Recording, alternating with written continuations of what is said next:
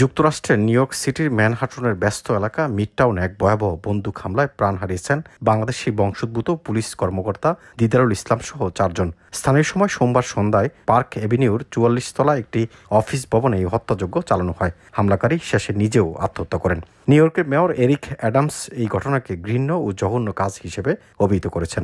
ভবনটিতে বন্দুকধারী হামলা চালানোর পর সেটিতে লকডাউন আরোপ করা হয়। ওই ঘটনার সময় ব্যস্ত নিউ ইয়র্কে আতঙ্ক ছড়িয়ে পড়ে। রক্তক্ষয়ী এই ঘটনা শুরু হয় সন্ধ্যা 6:30 দিকে। ওই সময় একটি কালো BMW গাড়ি নিউ ইয়র্কের অন্যতম ব্যস্ত সড়ক পার্ক এভিনিউতে থামে। বন্দুকধারী এক ব্যক্তি ওই গাড়ি থেকে একটি M4 রাইফেল নিয়ে নামেন। এরপর তিনি 345 পার্ক এভিনিউ নামে 44 তলা ভবনটিতে প্রবেশ করেন। ভবনটির লবিতে ঢুকে ডান দিকে ঘুরে বাংলাদেশি বংশোদ্ভূত পুলিশ কর্মকর্তা দিদারুল ইসলামকে গুলি করে হত্যা করেন। এরপর বন্দুকধারী এক নারীকে গুলি করেন। তিনি একটি ফিলারের পেছনে আশ্রয় নেওয়ার চেষ্টা করছিলেন। নারীকে গুলি করে লবি দিয়ে গুলি করতে করতে হেঁটে যেতে থাকেন হামলাকারী। এরপর সিকিউরিটি ডেস্কে থাকা এক নিরাপত্তা রক্ষীকে গুলি করেন হামলাকারী। তখন তিনি লিফটের বোতাম চাপ দেন। একই সময় লবিতে আরেক ব্যক্তিকে গুলি করেন বন্দুকধারী। হামলাকারী লিফট থেকে এক নারীকে নেমে যেতে দেন, তার কোনো ক্ষতি করেননি। এরপর লিফটে করে 33 তলায় যান হত্যাকারী।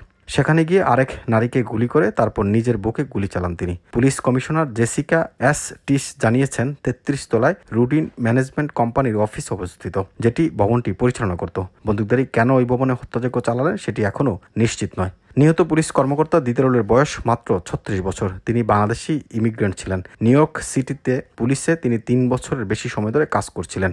হামলার দিন তার ডিউটি ছিল বংশের 47 প্রিসেন্ট কোর্টে, কিন্তু হামলার সময় তিনি 345 পার্ক এভিনিউ ভবনে কাজ করছিলেন। দিদারুলের 2 সন্তান রয়েছে। তার স্ত্রী গর্ভবতী। তিনি 3য় সন্তানের বাবা হতেন। নিউ ইয়র্কের পুলিশ কমিশনার দিদারুল সম্পর্কে বলেছেন, আমরা তাকে যে কাজ করতে বলেছিলাম তিনি সেই কাজই করছিলেন। তিনি নিজেকে ঝুঁকির পথে রাখেন। তিনি নিজেকে উৎসর্গ করেছেন। তাকে ঠান্ডা মাথায় গুলি করা হয়েছে। তিনি হিরো হিসেবে বেঁচেছিলেন, মারাও গেছেন হিরো হিসেবে। এমআইবি সংবাদ ও সংবাদ সংশ্লিষ্ট অনুষ্ঠান দেখতে ভিজিট করুন www.mibtelevision.tv ও facebook.com/mibtelevision.tv এবং সাবস্ক্রাইব করুন youtube.com/mibtelevision এ। এমআইবি টেলিভিশন, সত্য খবর, সঠিক খবর।